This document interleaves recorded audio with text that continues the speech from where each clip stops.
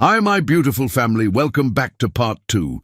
If you missed part 1, don't worry. You can head over to our channel, Mr. Peter Family, and catch up. Let's dive right in. Chapter 6, Shattered Innocence. The soft whisper of turned pages and hushed conversations created a peaceful soundtrack in Lincoln Elementary's library. But for 3 8-year-old boys crouched behind the tall biography section, the world was about to explode into incomprehensible fragments. Tristan had been looking for a book about sharks when he heard the familiar voice of Mr. Joseph coming from the librarian's desk area. His first instinct was to run over and say hello. Mr. Joseph always had time for them, always seemed genuinely happy to see them. But something in the tone of the conversation made him pause and signal for Gareth and Owen to stay quiet. "I need you to understand the sensitivity of this situation," Mr. Joseph was saying to someone Tristan couldn't see. "These aren't just students I'm working with. They're my sons." The words hit Tristan like a physical blow, making his stomach drop toward his feet. Behind him, he heard Gareth's sharp intake of breath and felt Owen grab his arm with trembling fingers. "Your sons." The other voice belonged to Mrs. Martinez, the school counselor. "Mr. Morgan, I'm confused. The boys' records show no father listed, and Mrs. Newman never mentioned." "She doesn't know I'm volunteering here," Mr. Joseph continued, his voice heavy with what sounded like pain. "We have a complicated history. I wasn't there when they were born, wasn't part of their early years. I'm trying to find a way back into their lives, and this seemed like the best approach." Tristan felt the world tilt sideways. Mr. Joseph, kind, patient Mr. Joseph, who had taught them about fractions and dragons and the importance of being brave, was their father. The father their mother had told them didn't want them? "This is highly irregular," Mrs. Martinez was saying. "If you're truly their father, why the deception? Why not work directly with their mother?" "Because she hates me," Mr. Joseph said simply. "And she has every right to. I left her 8 years ago without explanation. I didn't even know she was pregnant. When I found out about the boys a few months ago, I tried to reconcile with her, but she wants nothing to do with me." Owen made a small, wounded sound that Tristan was afraid might give them away.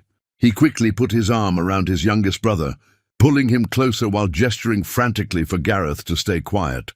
"So, you decided to circumvent her wishes and gain access to the children through the school." Mrs. Martinez's voice carried clear disapproval. "I needed to know them," Mr. Joseph said, and now he sounded almost desperate. "I missed 8 years of their lives. I missed their first steps, their first words, their first day of school. I couldn't miss everything else too."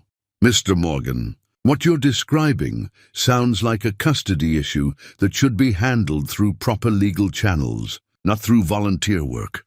"I don't want custody," Mr. Joseph said quickly. "I just want to be part of their lives. I want them to know that their father loves them and is proud of them and regrets every day that he wasn't there from the beginning." Tristan's mind was reeling, trying to process information that contradicted everything he thought he knew about his family. Their father didn't want them. That's what Mom had always implied. But Mr. Joseph sounded like someone who desperately wanted them, someone who was in pain from being separated from them. "The boys have never mentioned their father," Mrs. Martinez said carefully.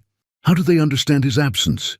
"They think he abandoned them," Mr. Joseph replied, his voice breaking slightly. "Teresa, their mother, told them that I couldn't be part of their lives. I don't think she meant for them to interpret it as rejection, but children fill in the blanks with their own fears." Gareth was crying now, silent tears streaming down his face as he struggled to understand what they were hearing. Tristan felt responsible for protecting his brothers, but he didn't know how to protect them from this. "Mr. Morgan, I'm going to have to recommend that you discuss this situation with Mrs. Newman directly. The boys deserve honesty about their family situation, and deception, even well-intentioned deception, isn't the answer." "You're right," Mr. Joseph said heavily. "I know you're right. I've been so afraid that if I pushed too hard, Teresa would disappear with them entirely. At least this way, I get to see them, get to know who they are. And how do you think they'll feel when they discover you've been lying to them about your identity? The question hung in the air like a sword waiting to fall. Tristan looked at his brothers, Owen's tear-stained face, Gareth's expression of betrayal and confusion, and realized they had just discovered the answer to Mrs. Martinez's question. They felt shattered. "We have to go," Tristan whispered, his voice barely audible, "before they see us." The three boys crept away from their hiding spot and made it to the library exit before Owen broke down completely. "He's our daddy," Owen sobbed, not caring who heard him. "Mr. Joseph is our daddy, and he's been pretending he didn't know us." Other students were staring now, and Tristan knew they needed to get somewhere private. He guided his brothers to the empty music room, where they huddled together on the floor behind the piano. "I don't understand," Gareth said, his voice shaking. "Mom said Daddy couldn't be with us, but Mr. Joseph said he wants to be with us. Who's lying?" Tristan wished he was older, wished he had answers that would make sense of this nightmare. "Maybe they're both telling the truth," he said slowly. "Maybe something happened between them that made it complicated. But why didn't he tell us who he was?" Owen asked. "We told him everything about ourselves. We told him about Mom, working lots of jobs, and about how sometimes we wish we had a dad to teach us guys stuff. Why didn't he say anything?" "Maybe he was scared," Tristan offered, though he was just guessing. "Remember the dragon story? About how sometimes people stay away because they're afraid of being rejected." "But we wouldn't have rejected him," Gareth protested. "We've been wanting a dad forever." "Maybe he didn't know that," Tristan said. "Maybe he thought we wouldn't want him because he wasn't there when we were babies." Owen wiped his nose on his sleeve. "Do you think Mom knows he's been coming to our school?" The three boys looked at each other, and Tristan saw his own realization reflected in his brothers' faces. "Mom didn't know, and when she found out there was going to be trouble, we have to tell her," Tristan said reluctantly. "What if she gets mad?" Owen asked. "She's going to get mad anyway," Gareth pointed out. "At least, if we tell her ourselves, she'll know we didn't mean to lie to her." "We weren't lying," Tristan corrected. "We didn't know."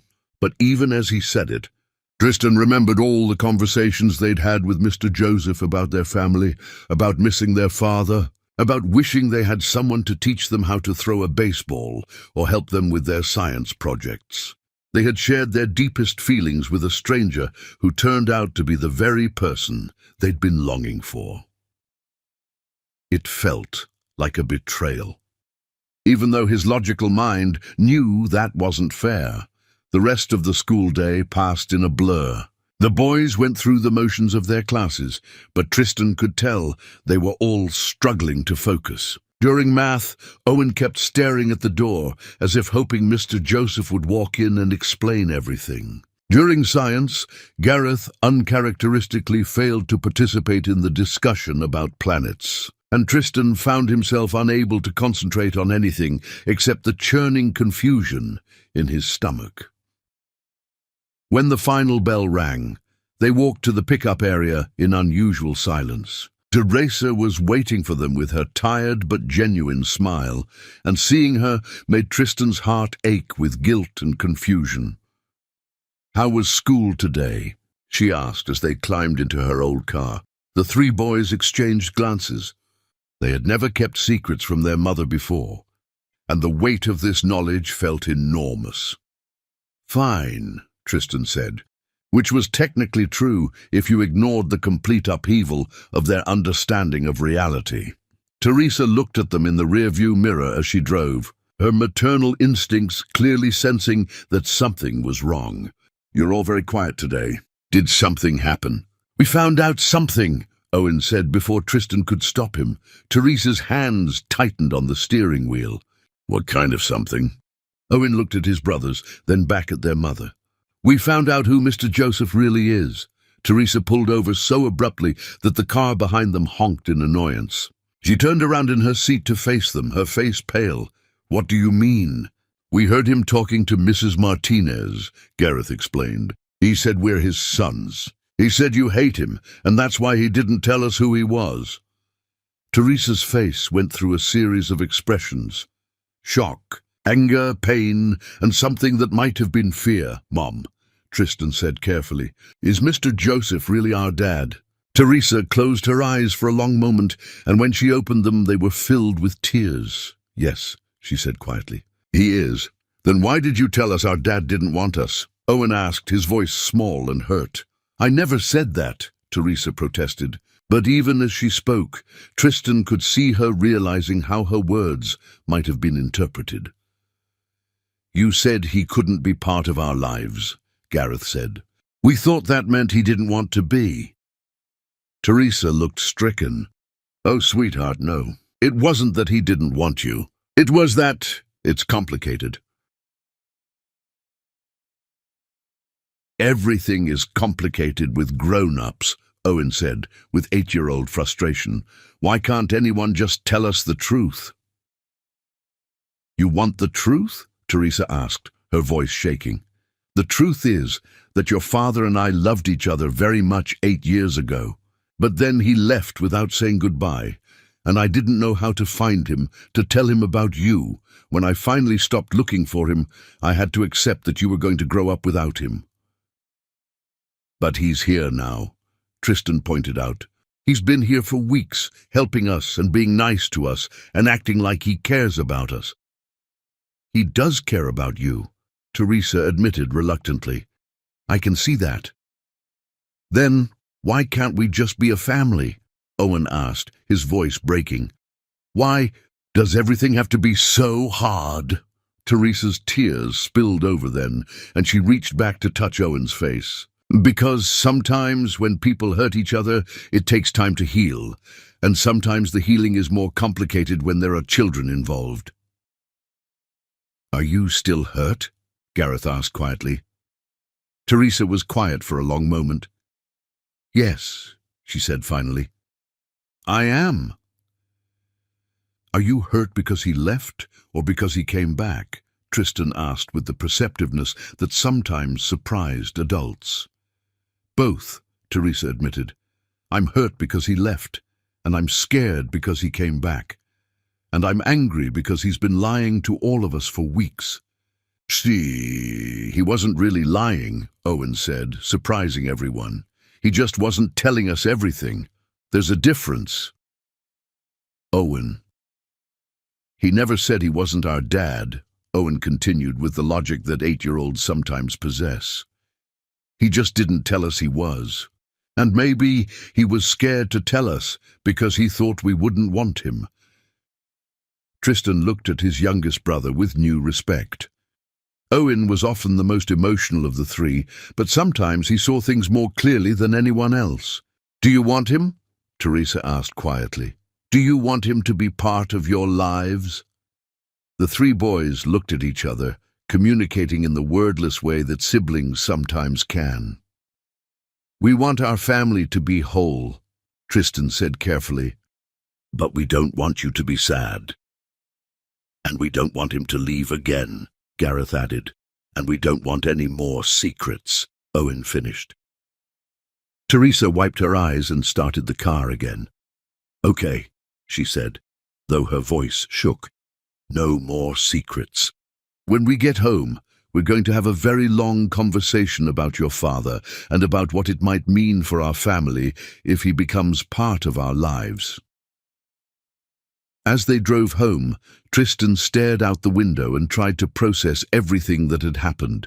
In the space of one afternoon, Mr. Joseph had transformed from a kind volunteer into their father. Their family structure had been completely redefined, and their mother had admitted that the story they'd been told about their origin wasn't the whole truth.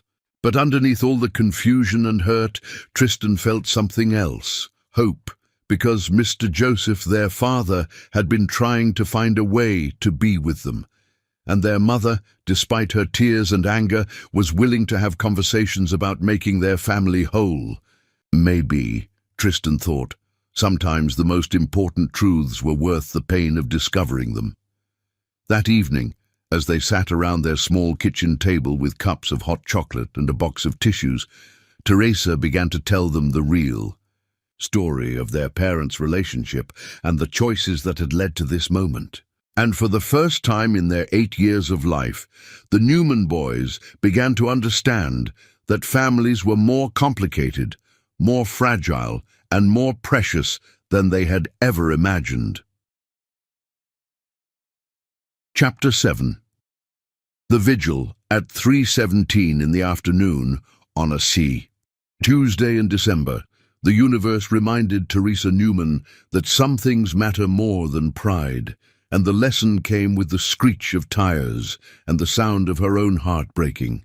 She was in the middle of inventory at the diner when her phone rang with the call every parent dreads.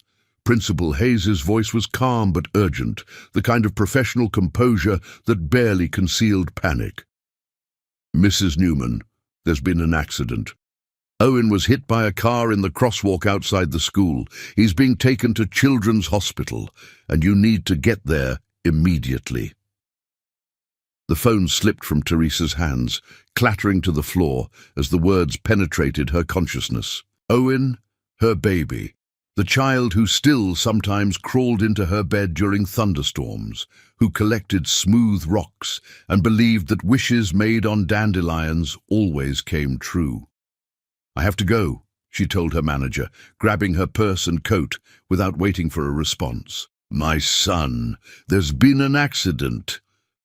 The drive to the hospital passed in a blur of red lights and desperate prayers. Teresa's hands shook on the steering wheel as she tried not to imagine the worst-case scenarios that her maternal mind insisted on conjuring. Owen was small for his age, sensitive, trusting. The thought of him lying broken and scared was almost more than she could bear. She arrived at Children's Hospital to find chaos in the emergency department. Crying children, anxious parents, the controlled urgency of medical professionals managing multiple crises. Teresa pushed through to the reception desk, her voice surprisingly steady as she gave Owen's name and information. "Room 237, the nurse told her. "Take the elevator to the second floor and follow the signs to Pediatric ICU." Pediatric ICU. The words hit Teresa like physical blows. ICU meant serious. ICU meant life-threatening. ICU meant her 8-year-old son was fighting for his life while she had been counting coffee cups and taking orders for hamburgers. She ran down the hospital corridor, her footsteps echoing off the polished floors, following the signs that led to her son. But when she reached room 237, she stopped short at what she saw through the glass door. Joseph Morgan sat beside Owen's bed, his usually perfect appearance disheveled, and his expensive suit wrinkled as if he had been there for hours. His hand rested gently on Owen's small one, and his lips were moving in what looked like prayer. Tristan and Gareth sat in chairs nearby, their faces pale and frightened, but clearly being comforted by their father's presence. Teresa pushed through the door, her emotions a tangle of relief, gratitude, and confusion. "How is he?" she asked, her voice barely above a whisper. Joseph looked up and Teresa saw that his eyes were red-rimmed with exhaustion and unshed tears. "Stable," he said quietly. "He has a concussion, a broken arm, and some internal bruising, but the doctors think he's going to be okay." Teresa sank into the chair on the other side of Owen's bed, finally allowing herself to look at her injured child. He seemed impossibly small against the white hospital sheets, his face pale but peaceful in drug-induced sleep. Various monitors beeped softly around him, reassuring her that his heart was beating, his lungs were working, his body was fighting to heal. "What happened?" she asked. "A car ran the red light," Tristan answered, his voice shaky. "Owen was crossing with the crossing guard, but the driver wasn't paying attention. Mr. Joseph, Dad, was here when they brought him in." Teresa looked at Joseph with questions in her eyes. "How did you know?" "I was picking up Tristan and Gareth for our usual library session when it happened," Joseph explained. I saw the accident, called 911, and rode in the ambulance with him. I couldn't leave him alone. Have you been here the whole time? Joseph nodded. About 4 hours. The doctors have been in and out, but he hasn't woken up yet. They said that's normal with the concussion. Teresa reached out and touched Owen's forehead, brushing his hair back from his face. Has he said anything? He asked. For you right after they brought him in, Joseph said softly. Before the pain medication made him sleepy, I told him you were coming, that you'd be here soon. Teresa felt tears threaten again. Thank you for being here, for staying with him. I know you didn't have to. Yes, I did, Joseph interrupted gently. He's my son. There's nowhere else I would be. The simple statement hit Teresa with unexpected force. For the first time since Joseph had reappeared in their lives, she saw him not as the man who had left her, but as a father protecting his child. The distinction mattered more than she had realized. A doctor entered the room, a kind-faced woman in her 50s, who introduced herself as Dr. Patterson. Mrs. Newman, I'm glad you're here. Owen is doing very well, all things considered. The CT scan shows a mild concussion, which means we'll want to monitor him overnight for any changes. The broken arm is a clean break that should heal without complications. The internal bruising looks worse than it is. No damage to organs, just some deep tissue trauma that will heal with time. When will he wake up? Teresa asked. Soon, I would expect. We've reduced his pain medication now that we've completed all the necessary scans and x-rays. He may be groggy and confused at first, but that's normal. As if summoned by the conversation, Owen's eyelids fluttered open. His gaze was unfocused. At first, moving around the room with the slow confusion of someone emerging from deep sleep. Mom, he whispered, his voice hoarse. I'm here, baby, Teresa said, leaning forward to kiss his forehead. I'm right here. Owen's eyes found Joseph next, and a small smile appeared on his pale face. Mr. Joseph, Dad, you stayed. Joseph's composure cracked slightly. Of course I stayed. I told you I would. I was scared, Owen admitted. When I woke up in the ambulance, everything hurt and I didn't know where I was. But Dad was there, Gareth said, moving closer to the bed. He held your hand the whole way to the hospital. And he told the doctors all about your allergies and your medical history, Tristan added. He knew everything, like he'd been taking care of us forever. Teresa looked at Joseph with surprise. How did you know about his allergies? I've been paying attention, Joseph said simply, to everything. Their medical records, their preferences, their fears. I may have missed their early years, but I didn't want to miss anything else. Dr. Patterson checked Owen's pupils with a small flashlight and asked him some basic questions to assess his cognitive function. Satisfied with his responses, she turned to the adults. I'd like to keep him overnight for observation, but barring any complications, he should be able to go home tomorrow. He'll need to take it easy for a few weeks while the concussion heals, and the arm will be in a cast for about 6 weeks. After the doctor left, Teresa found herself in the strange position of sharing a vigil with the man she had spent months trying to keep out of their lives. But watching Joseph with Owen, seeing the gentleness in his touch, the genuine concern in his eyes, the way he seemed to know exactly what her son needed, she began to understand something that had been hiding beneath. Her anger and fear, Joseph wasn't trying to buy his way into their lives or manipulate them for his own purposes. He was simply a father who loved his children and wanted to be part of their world. You can go home if you want, she told him quietly, while the boys dozed in their chairs. I'll stay with him tonight. I'm not leaving, Joseph said firmly. Not unless you really want me to. Teresa looked at him, really looked at him for the first time in months. His expensive suit was wrinkled beyond repair. His hair was mussed from running his hands through it. There were coffee stains on his shirt and exhaustion lines around his eyes. He looked nothing like the polished businessman she had been trying to keep at arm's length, and everything like a father who had spent the day fearing for his child's life. "Stay," she said quietly. "Please." Something shifted in Joseph's expression, a carefully guarded hope that he tried not to let show too clearly. They settled into the rhythm of hospital waiting, checking monitors, talking to nurses, taking turns getting coffee from the machine down the hall. Tristan and Gareth eventually fell asleep in their chairs, exhausted by the emotional roller coaster of the day. Owen drifted in and out of consciousness, reassured by the presence of both his parents. Around midnight, when the hospital had settled into the quiet efficiency of the night shift, Teresa and Joseph found themselves alone together for the first time since the restaurant incident months earlier. "I owe you an apology," Teresa said quietly, careful not to wake the sleeping children. Joseph looked surprised. "For what?"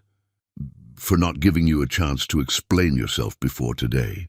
For making assumptions about your motives. For keeping the boys from you longer than necessary. Teresa, you don't owe me anything. You were protecting them." "I was protecting myself," Teresa corrected, "and using them as an excuse to do it." Joseph was quiet for a moment, watching Owen's peaceful face.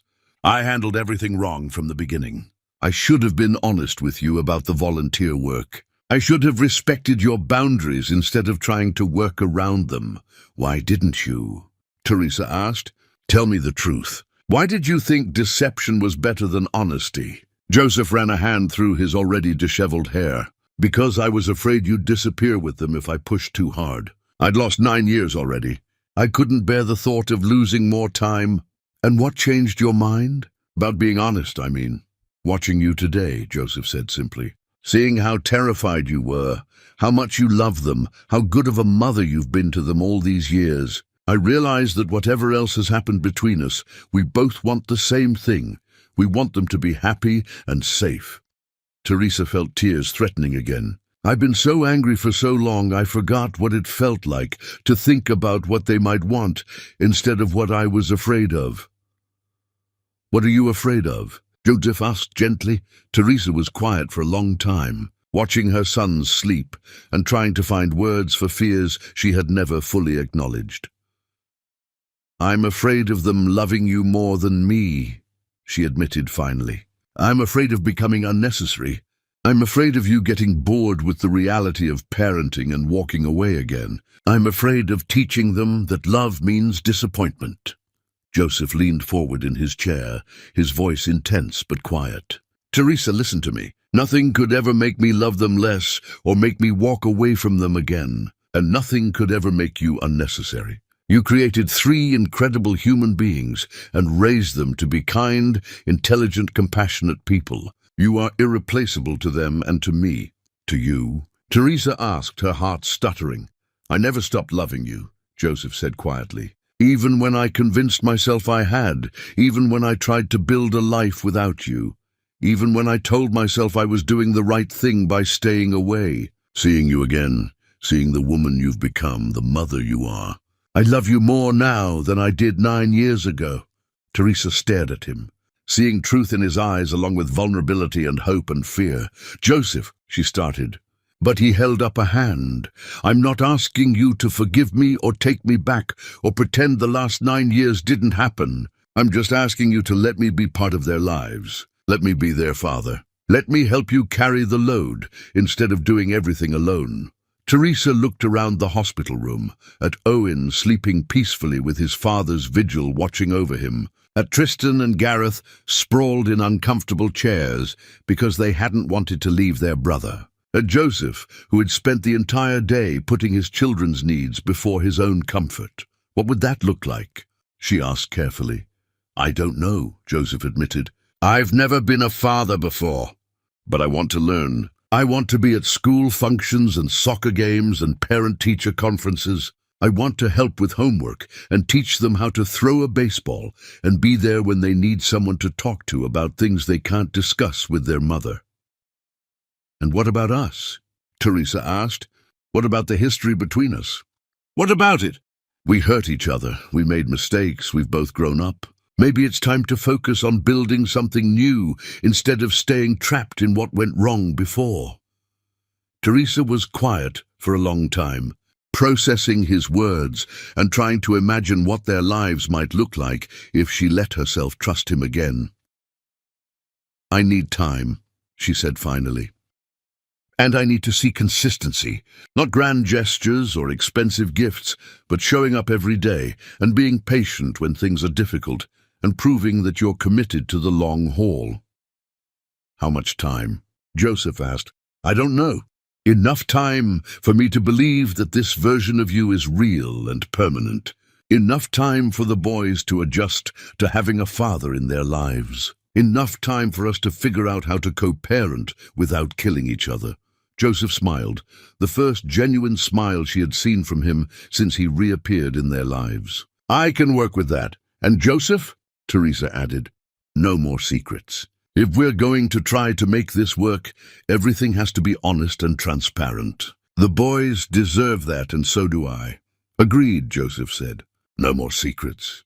As the night wore on, they took turns sleeping in the uncomfortable hospital chairs, checking on Owen, and talking quietly about practical things, how to tell the boys about their decision, how to handle custody arrangements, how to manage the transition from single mother to co-parenting team. When Owen woke up the next morning, confused and sore but clearly on the mend, he found both his parents there together, not arguing or tense, but united in their concern for him. "Are you guys okay?" he asked with the perceptiveness that children sometimes possess. "We're working on it," Teresa said honestly. "Does that mean Dad can come to our house sometimes?" Owen asked, hopefully. Teresa looked at Joseph, seeing her own uncertainty reflected in his eyes. "We're going to take it slow and see how things go. But yes, I think Dad will be spending more time with us." Owen's smile was brighter than any of the expensive gifts Joseph had tried to send, and watching her son's joy, Teresa felt something inside her chest begin to heal, something she hadn't even realized was still broken. Chapter 8. The Public Declaration.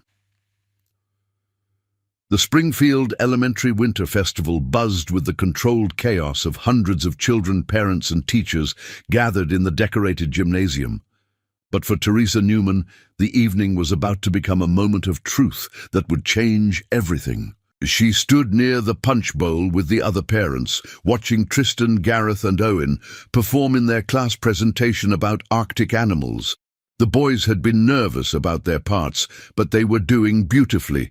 Tristan explaining polar bear adaptations with scientific precision, Gareth making the audience laugh with his walrus impressions, and Owen shyly but clearly describing penguin families. Teresa felt a familiar swell of maternal pride, tinged with the bittersweet knowledge that these moments of pure joy had become more precious since Owen's accident 3 weeks earlier. The experience of nearly losing one of her children had shifted something fundamental in her perspective, making her more aware of how quickly things could change and how important it was to focus on what truly mattered. "They're doing great," said a quiet voice beside her. Teresa turned to find Joseph approaching with 2 cups of punch, his presence both expected and still slightly surreal. Over the past 3 weeks, he had become a regular part of their daily routine, picking up the boys from school, helping with homework, joining them for dinner twice a week. The arrangement was still new and sometimes awkward, but it was working better than Teresa had dared to hope. "They practiced their parts for hours," Teresa said, accepting the punch with a smile. "Owen was so worried about forgetting his lines." He's doing perfectly," Joseph observed, his eyes fixed on his youngest son with obvious pride. Teresa studied Joseph's profile, noting how naturally he fit into this scene of domestic normalcy. He had traded his expensive suits for casual, khakis and button-down shirts that looked like they belonged on a suburban father rather than a billionaire CEO. More importantly, he seemed genuinely comfortable here among the other parents, not like someone playing a role or fulfilling an obligation. "Mr. Morgan," called out Mrs. Patterson, Gareth's teacher, as she approached with a warm smile. "I'm so glad you could make it tonight. The boys have been talking about you non-stop since you started volunteering." "I wouldn't miss it," Joseph replied, and Teresa could hear the sincerity in his voice. "And Mrs. Newman," Mrs. Patterson continued, "you must be so proud of how well the boys are adjusting to having their father involved in their school life. It's wonderful to see a family come together like this." Teresa felt a flush of awkwardness at the teacher's assumption that this was a simple reunion story. But before she could think of how to respond, the microphone on the small stage squeaked with feedback. "Ladies and gentlemen," announced Principal Hayes, "we'd like to invite all families to gather around the Christmas tree for our traditional holiday wish ceremony. Children, please find your parents and join us for this special moment."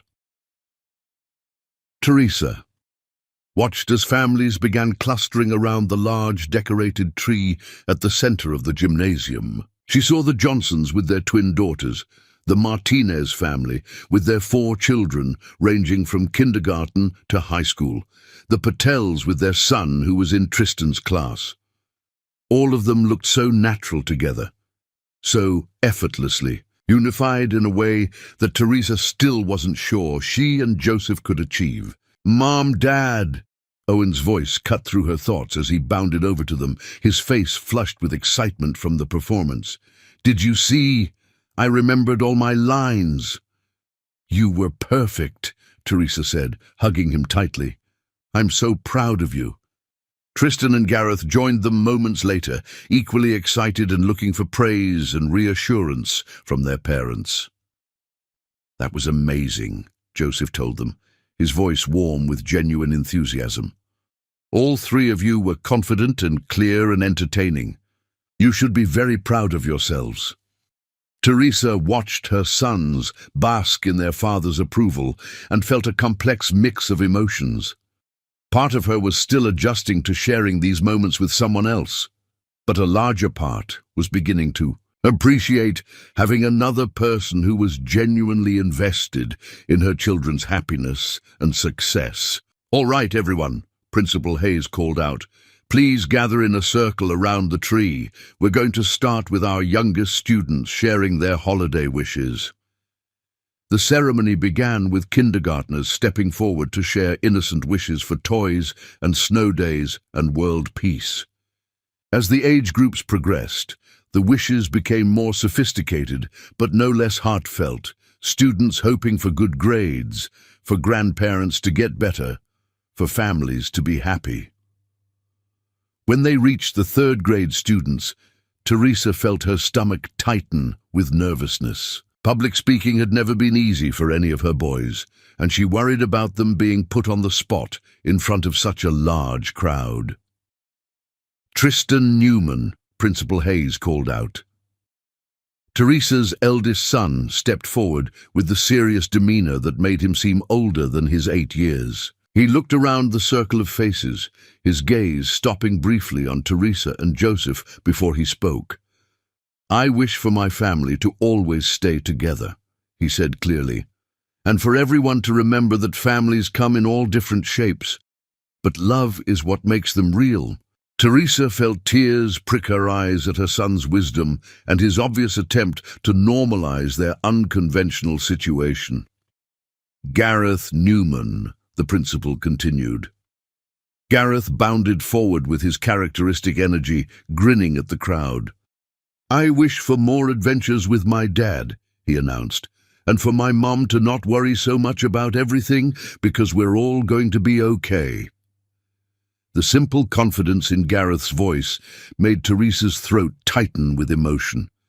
Her middle son had always been an optimist, but hearing him express such faith in their family's future was both touching and slightly overwhelming. And finally, Owen Newman. Teresa's youngest son approached the center of the circle more slowly than his brothers, his natural shyness making him hesitate before speaking. He looked around the room, his gaze settling on Teresa and Joseph standing together at the edge of the circle. I wish, Owen said, his small voice carrying clearly in the quiet gymnasium, for my mom and dad to be happy together, because when they're happy, our whole family feels safe. The words hit Teresa like a physical blow, both because of their simple truth and because of what they revealed about Owen's perception of their family dynamics. She glanced at Joseph and saw her own surprise and emotion reflected in his expression. But Owen wasn't finished. And I wish, he continued, his voice growing stronger, for everyone to know that sometimes dads come back when you think they never will. And that's okay, because love is more important than being mad about the past. A murmur of appreciation rippled through the crowd, and Teresa saw several parents wiping their eyes. Owen's innocent wisdom had captured something universal about forgiveness and second chances that resonated with the adults in the room. Owen started to step back into the circle, but then he paused and looked directly at Teresa and Joseph. "Mom, Dad," he called out, his 8-year-old voice carrying to every corner of the gymnasium. "Can you come here for a minute?" Teresa felt every eye in the room turn toward them, and her first instinct was to decline politely and fade back into the crowd. But something in Owen's expression, hope mixed with determination, made her step forward instead. Joseph moved with her, and together they approached their youngest son in front of the entire school community. "What is it, sweetheart?" Teresa asked quietly, hoping to keep whatever was about to happen as private as possible. But Owen had other plans. "I want everyone to know," he announced, turning to address the crowd, "that this is my dad. He wasn't with us when we were little, but he's with us now, and he loves us very much." Teresa's face burned with embarrassment, but before she could redirect Owen's attention, Tristan and Gareth stepped forward to flank their younger brother. "Our dad came back," Gareth added, his voice carrying the same clear confidence as Owen's. "And even though it was complicated at first, we're a real family now." "We want everyone to know," Tristan concluded, "because we're proud of our family, and we don't want to pretend anymore that it's just Mum taking care of us." Teresa stood frozen in the center of the circle, acutely aware of hundreds of eyes watching this very public declaration of their family status. Part of her wanted to sink through the floor from embarrassment, but a larger part was overwhelmed by her son's obvious pride in claiming Joseph as their father. "Well," Principal Hayes said into the stunned silence, "I think that's one of the most beautiful holiday wishes we've ever heard. Let's give the Newman family a round of applause for their courage and honesty." The applause started slowly, but built to genuine enthusiasm as the crowd responded to the boy's obvious joy. Teresa felt Joseph's hand find hers, his fingers intertwining with hers in a gesture of support and solidarity. "Are you okay?" he murmured, leaning close enough that only she could hear.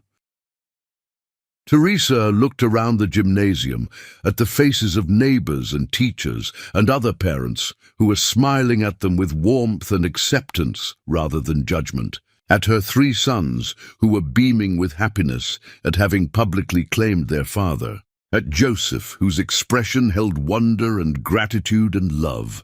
"I'm okay," she said, and realized she meant it. After the ceremony ended and the crowd began to disperse, several parents approached them with congratulations and expressions of support. Mrs. Martinez hugged Teresa and told her how happy she was to see their family reunited.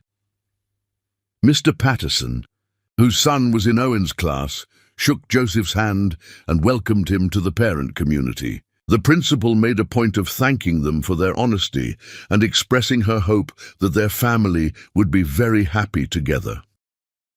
As they walked to the parking lot together, the boys chattering excitedly about the evening's events, Teresa found herself reflecting on how much had changed in such a short time. "That was unexpected," Joseph said quietly as they reached their cars. "Which part?" Teresa asked. "Owen's public announcement or the fact that people actually seemed happy for us?" All of it, Joseph admitted. I keep waiting for the other shoe to drop, for someone to point out that I don't deserve this level of acceptance and forgiveness. Teresa stopped walking and turned to face him. In the soft glow of the parking lot lights, she could see the vulnerability in his expression, the disbelief that his children could love him so openly, and that she could be standing here beside him as an equal partner rather than an adversary.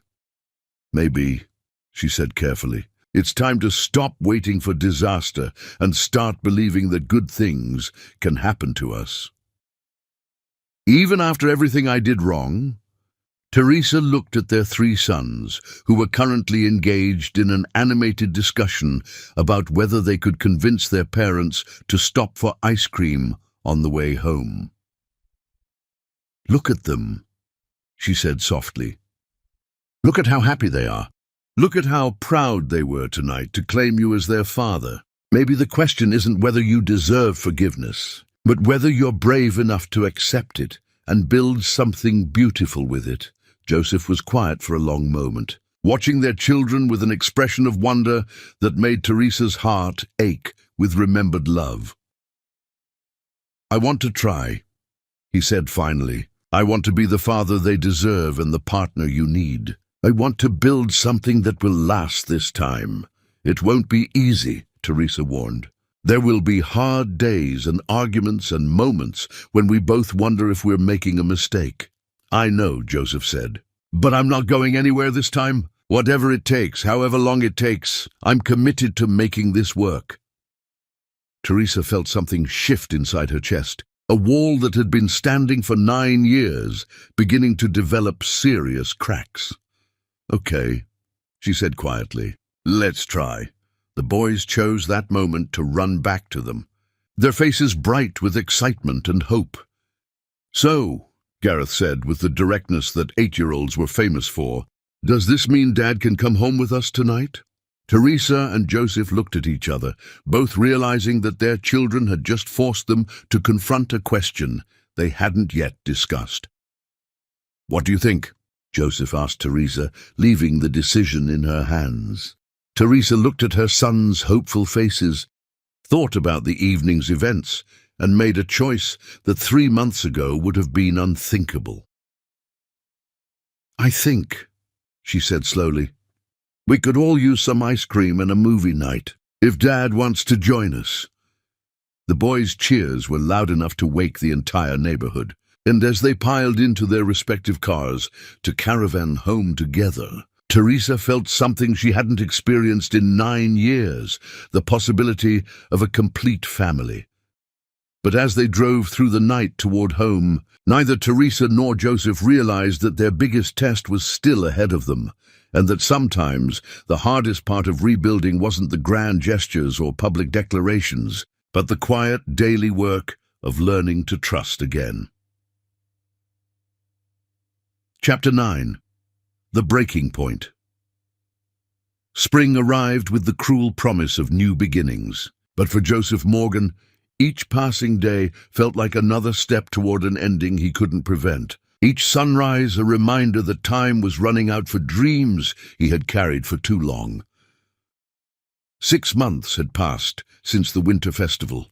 6 months of showing up every single day, of being present for every soccer game and parent-teacher conference, of helping with homework and mediating sibling disputes, and learning the intricate rhythms of family life that most fathers absorbed gradually over years. He had moved into an apartment close to Teresa's building, near enough to be available whenever the boys needed him, but far enough to respect the boundaries she still maintained like fortress walls built from 8 years of hurt and disappointment.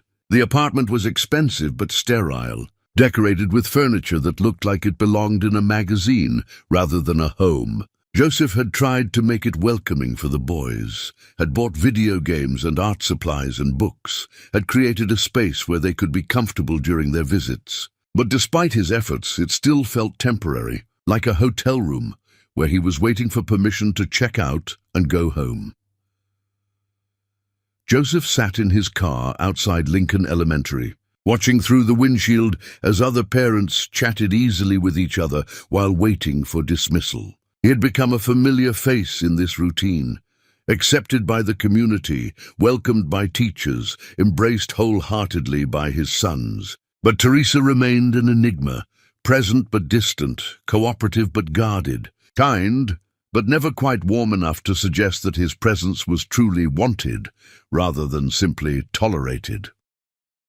The spring sunshine felt warm on his face through the car window, but inside, Joseph felt the growing weight of a sadness he couldn't shake. He had thought that consistency would eventually break down Teresa's walls, that showing up every day would prove his commitment in ways that words never could. Instead, she seemed to be getting more skilled at maintaining emotional distance while going through the motions of co-parenting.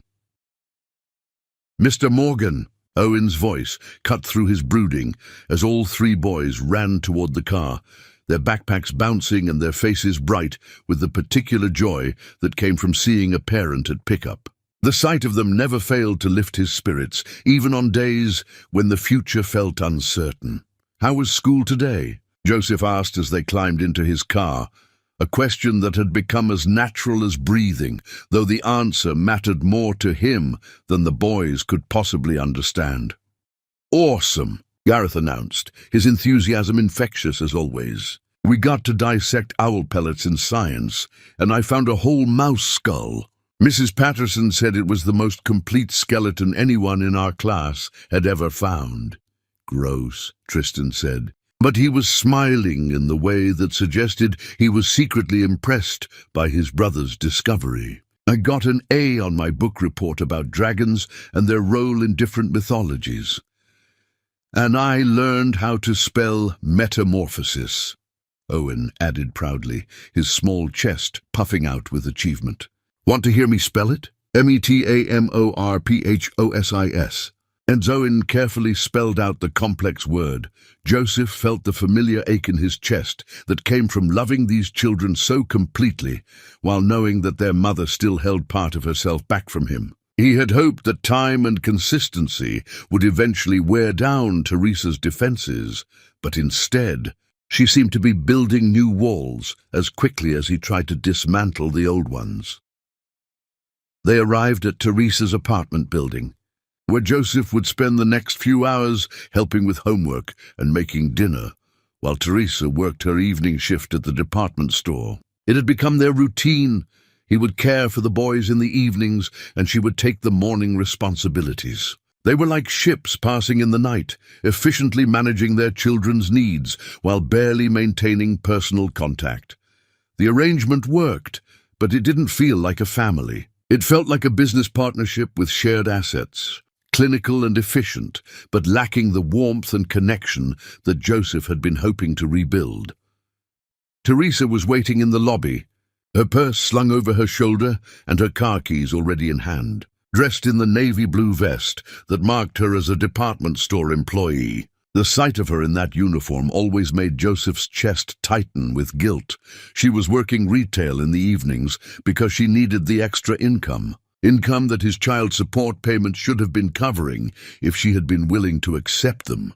"How was your day?" Joseph asked, the question automatic after months of practice, though her answers had become increasingly brief and distant. "Fine," Teresa replied, which was her standard response, polite but revealing nothing about her actual thoughts or feelings. "Owen has a math worksheet that needs to be finished, and there are leftovers in the refrigerator for dinner. I should be home by 9, maybe 9:15 if they keep us late for inventory." "Teresa," Joseph said as she started toward the door, something in his tone making her pause with her hand on the glass. "Could we talk when you get back tonight? There's something I need to discuss with you." Something flickered in Teresa's expression. Wariness, perhaps, or resignation, or maybe just exhaustion from the constant emotional management that their situation required. "Is everything okay with the boys?" "The boys are fine. This is about us."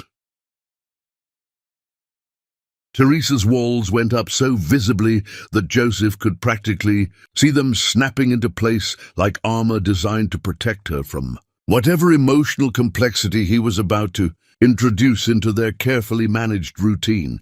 "Joseph, we've talked about this," she said, her voice carrying the patience of someone who had explained something many times before. "We're co-parenting successfully. That's what matters. That's what the boys need." "Is it?" Joseph asked quietly, his voice carrying months of suppressed frustration. "Because sometimes I feel like we're just two strangers who happen to share the same children." Teresa's jaw tightened, her body language shifting into defensive mode. "That's what we are." The words hit Joseph like physical blows, each syllable a hammer against the hope he had been carefully nurturing for months. "We don't have to be." "Yes, we do," Teresa said firmly, her voice gaining strength as she reinforced her own boundaries. "We tried the other thing 9 years ago and it didn't work. This arrangement is better for everyone." She left before Joseph could respond, and he stood in the lobby for several minutes, trying to process the conversation and the growing certainty that no amount of patience and consistency was going to change Teresa's mind about keeping him at arm's length. The fluorescent lights buzzed overhead, casting harsh shadows that seemed to emphasize the loneliness he felt, despite being surrounded by the evidence of other people's lives.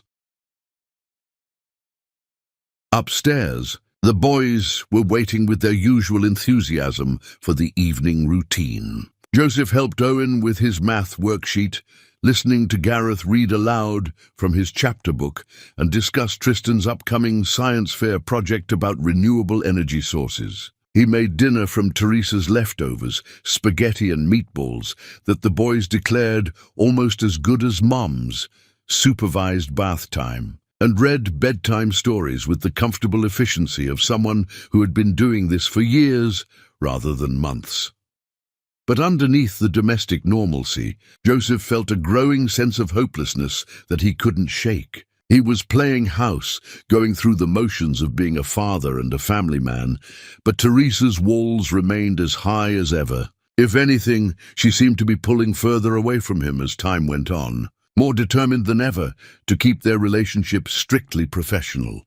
When Teresa returned from work at 9:23, she found him sitting at her kitchen table with a cup of tea, staring out the window at the city lights. The apartment was quiet, except for the hum of the refrigerator and the distant sound of traffic, a peaceful domestic scene that felt hollow to Joseph despite its surface tranquility. "How were they tonight?" she asked, hanging her coat on the back of a chair, with movements that suggested she was tired from a long day of customer service and standing on her feet. "Perfect. As always," Joseph replied, his voice carrying an emotional weight that had nothing to do with the children's behavior. Owen finished his math homework without any tears. Gareth read 2 chapters and wanted to read more, and Tristan practiced his presentation about solar panels. "They're all asleep." Teresa nodded and moved around the kitchen, cleaning up the dinner dishes Joseph had already washed and putting away items that were already in their proper places. It was her way of avoiding the conversation she knew was coming, of creating busy work that would delay whatever emotional complexity Joseph was about to introduce into their evening. "You said you wanted to talk," she said finally, not looking at him as she rearranged the salt and pepper shakers for the 3rd time. Joseph set down his tea and tried to find words for feelings that had been building for months, emotions that had reached a breaking point he could no longer ignore. "I can't keep doing this," he said quietly, his voice carrying the weight of a decision that had been months in the making. Teresa's hands stilled on the dish towel she was folding, her movements freezing as she processed his words. "Doing what?" "Pretending that this arrangement is enough. Pretending that being civil co-parents is the same thing as being a family. Pretending that I don't still love you and that it doesn't kill me every day to be this close to you while feeling like a complete stranger."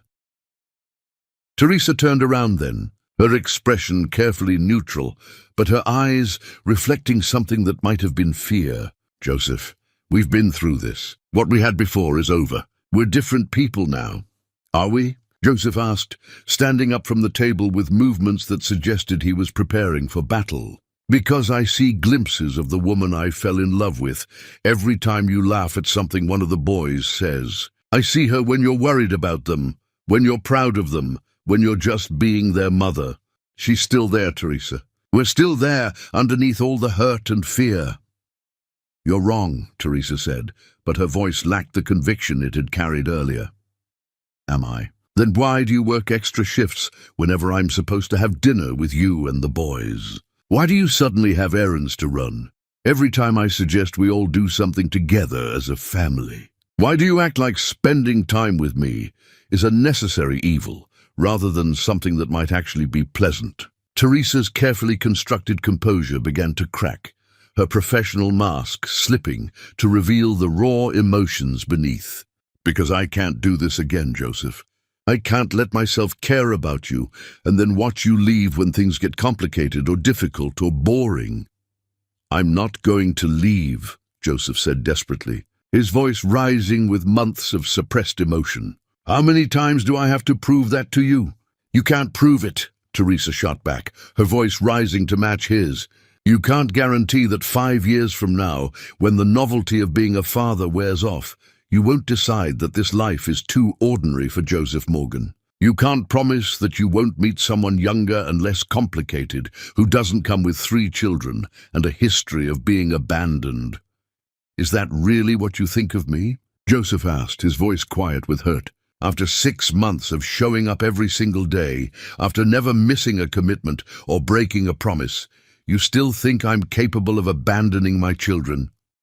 I think you're capable of convincing yourself that leaving them would be for their own good, Teresa said, and Joseph heard 8 years of pain in her voice, just like you did with me.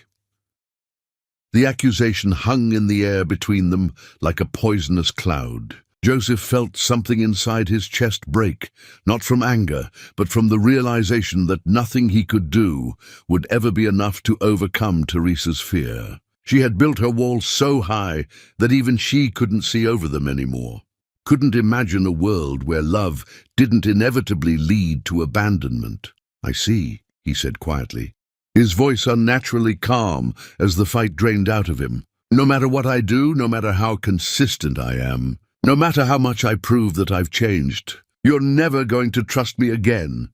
Joseph, no. It's okay, Joseph interrupted, his voice carrying the hollow ring of defeat. I understand. You've built your walls so high that even you can't see over them anymore. You're so afraid of being hurt again that you'd rather live in emotional isolation than take the risk of being happy.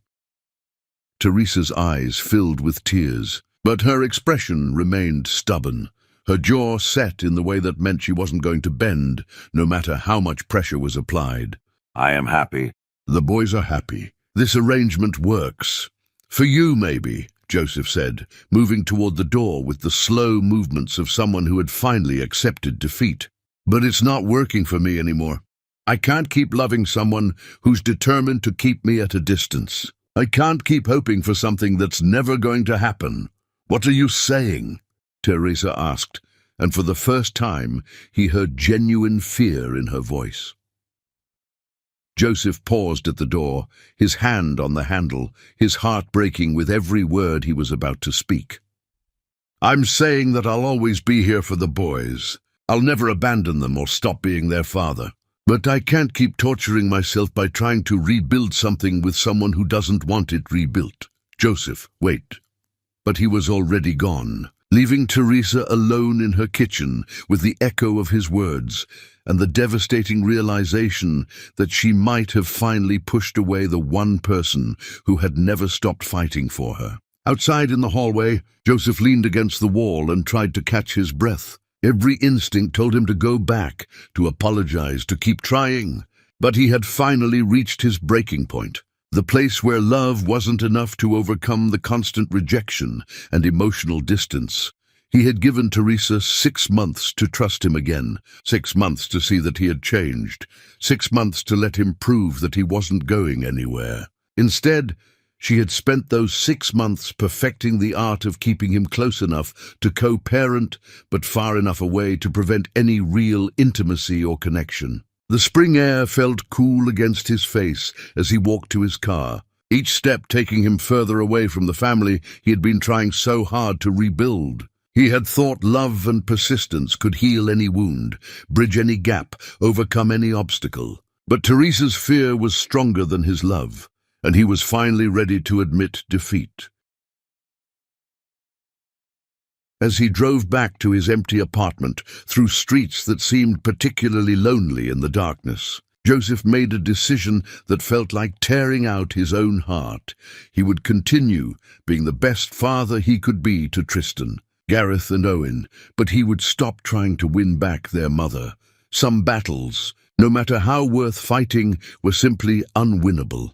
The apartment felt even more sterile than usual when he returned, the silence emphasizing the loneliness that had become his constant companion. Joseph poured himself a drink he didn't want and sat in a chair that cost more than most people's monthly rent, staring at family photos he had taken without permission during soccer games and school events. He thought about the life he had imagined when he first discovered the boys existed.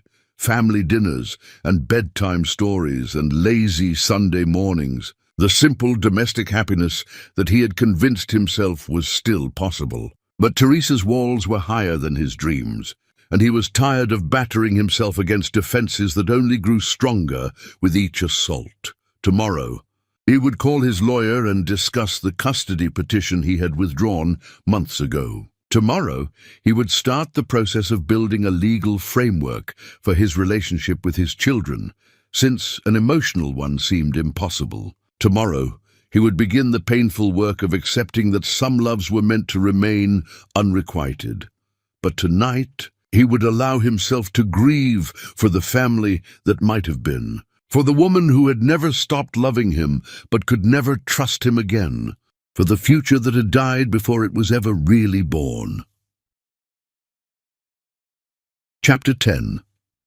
The Final Choice.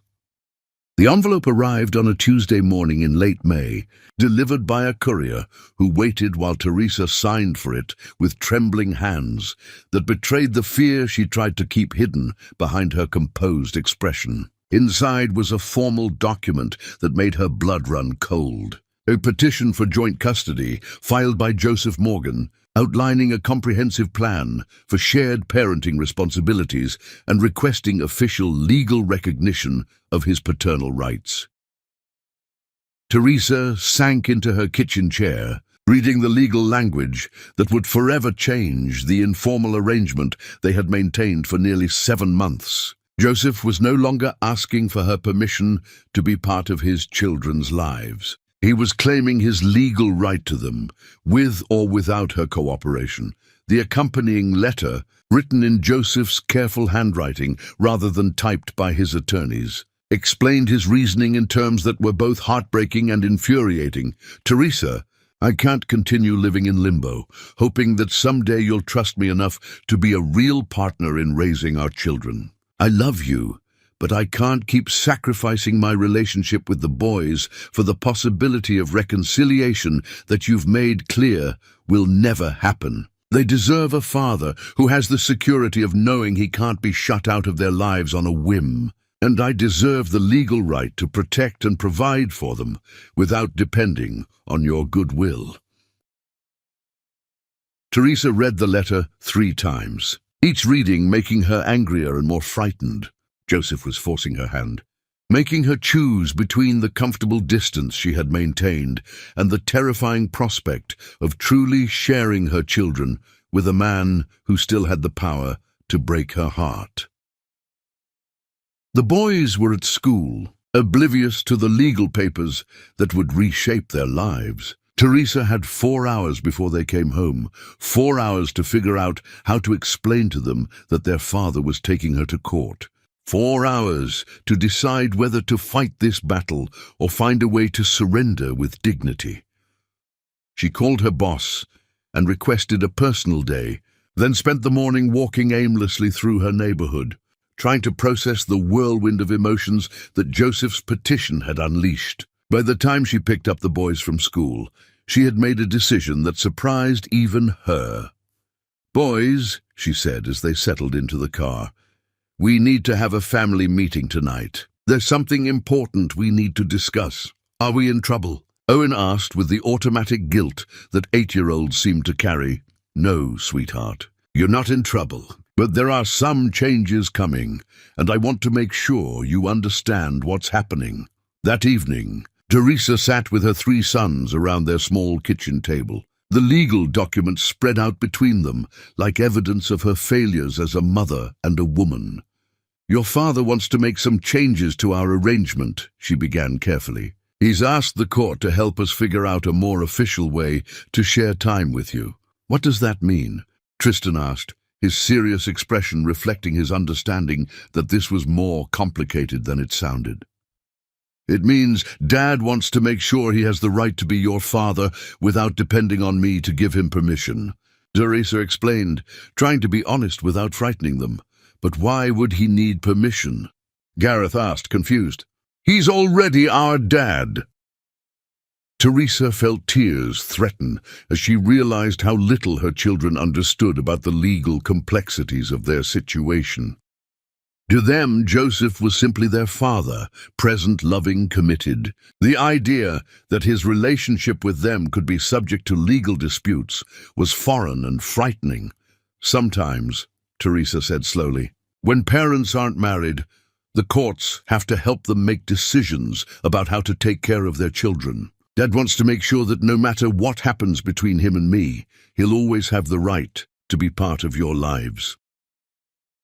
"Are you and Dad getting divorced?" Owen asked, his voice small and worried. "We were never married, remember?" Teresa said gently. "But we both love you very much, and we both want to make sure you're taken care of." "Will we have to choose between you?" Tristan asked, and Teresa heard the fear in his voice that mirrored her own. "No," Teresa said firmly. "You'll never have to choose. You'll always have both of us, no matter what the paperwork says." The boys asked more questions about whether they would have to move, whether they would still go to the same school, whether Mom and Dad would still be able to eat dinner together sometimes. Teresa answered as honestly as she could, while trying to reassure them that the core of their family would remain stable. After the boys went to bed, Teresa sat alone with the legal documents and tried to figure out what she was really fighting for. Was she protecting her children from disruption, or was she protecting herself from having to share control? Was she acting in their best interests, or was she simply too afraid to admit that Joseph had proven himself worthy of equal parenting rights? The phone rang at 9:30, interrupting her brooding. "Hello? Teresa, it's me."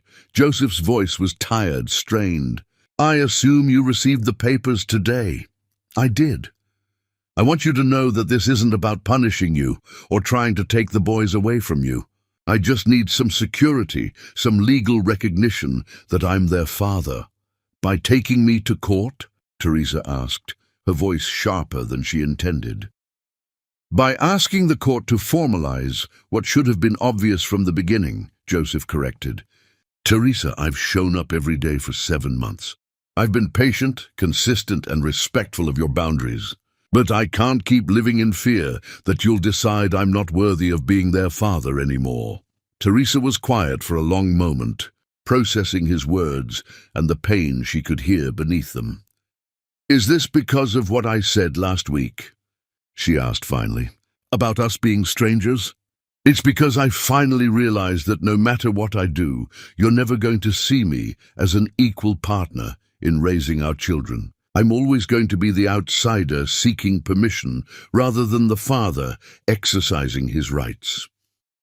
Teresa felt something crack inside her chest, a wall that had been holding back 9 years of buried emotions. "Joseph," she said quietly, "I need to tell you something." "What?" "I'm scared," she admitted, her voice barely above a whisper. "I'm terrified that if I let myself depend on you, if I let the boys depend on you completely, you'll realize that this life isn't what you want and you'll leave us again." "And I'm terrified," Joseph replied, "that if I don't fight for legal recognition now, You'll eventually decide that co-parenting with me is too complicated, and you'll find a way to shut me out of their lives entirely." They were both quiet for several minutes, the weight of their mutual fears hanging between them like a bridge neither was brave enough to cross. "So what do we do?" Teresa asked finally. "I don't know," Joseph said honestly, "but I know that these legal papers aren't really what I want. I want us to be a family, all of us together. I want to wake up in the same house as my children and help them with their morning routines. I want to make decisions about their lives together with you rather than through attorneys. I want to love you openly instead of pretending that we're just co-parents who happen to have history." Teresa closed her eyes, feeling the last of her carefully constructed walls beginning to crumble. "What if I can't do it?" she whispered. "What if I try to trust you and I just can't get past the fear?" "Then we'll work through it together," Joseph said simply. "But Teresa, we can't work through anything if we're not even trying to be together." "The boys asked me tonight if they would have to choose between us," Teresa said. "What did you tell them?" "I told them they would never have to choose. But Joseph, I think I'm the one who's been forcing them to choose. I've been making them navigate between two parents who can't figure out how to be in the same room together without lawyers and legal documents." Joseph was quiet for so long that Teresa thought he might have hung up. "I'm going to withdraw the petition," he said finally. "Joseph, no. You were right about needing legal security." "I don't want to be right about that," Joseph interrupted. "I want to be wrong. I want to believe that we can figure this out together as a family, without courts and custody agreements." Teresa felt tears she'd been holding back for months finally spill over. "I don't know how to do this," she admitted. "I don't know how to trust someone again after being left the way you left me.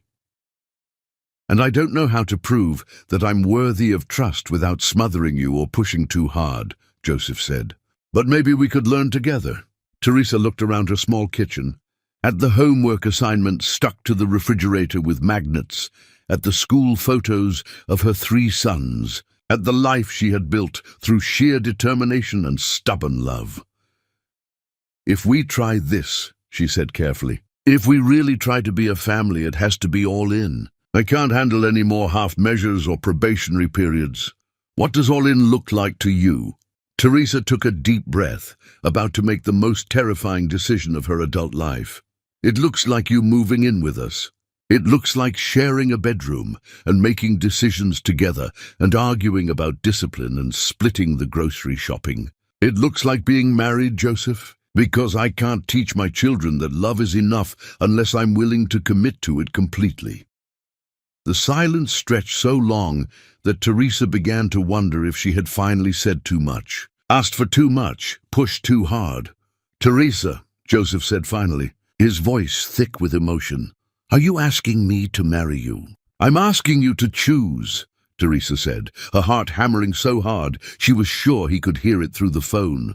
"Choose us completely and permanently, or choose your legal petition and shared custody and weekend visits. But don't ask me to live in limbo anymore because I can't do it. I choose you," Joseph said without hesitation. "I choose all of you, completely and permanently. I've been choosing you every day for 7 months. Teresa felt something break open in her chest, 8 years of carefully guarded pain finally beginning to heal. "Then come home," she said softly. "Come home to us." 2 hours later, Joseph stood at Teresa's door with a suitcase in one hand and a small velvet box in the other. "I bought this 8 years ago," he said as she let him inside. "I was going to propose the weekend after I left. I've been carrying it ever since, hoping someday I would have the chance to use it." Teresa looked at the ring box, then at Joseph's face, then at her 3 sons, who had crept out of their bedrooms to see what was happening. "Are you sure about this?" she asked, though her heart was already answering. "I've never been more sure of anything in my life," Joseph said, dropping to one knee right there in her small living room while their children watched with wide eyes and growing smiles. Teresa Newman, will you marry me and let me spend the rest of my life proving that some people really can change? Through her tears, Teresa saw the man she had fallen in love with 9 years ago. Older now, more mature, scarred by his own mistakes, but committed to never making them again. Yes, she said, her voice breaking with joy and relief and the overwhelming sense of coming home. Yes, I'll marry you. The boys erupted in cheers, and as Joseph slipped the ring onto her finger, Teresa realized that sometimes the most important journeys weren't about moving forward at all. They were about finding the courage to come full circle, to reclaim what had always belonged to you, and to build something even stronger from the pieces of what had been broken. Later that night, as they tucked their children into bed together for the first time, Owen looked up at both his parents with the satisfied expression of someone whose deepest wish had finally come true. "Now we're a real family," he announced with 8-year-old certainty. "We always were," Teresa said, kissing his forehead. "We just needed time to figure it out." And as she turned off the lights and walked hand in hand with Joseph toward their shared future, Teresa knew that some love stories didn't end with the first kiss or the wedding ceremony. They began with the decision to fight for each other. Every single day, no matter how long it took to find their way home.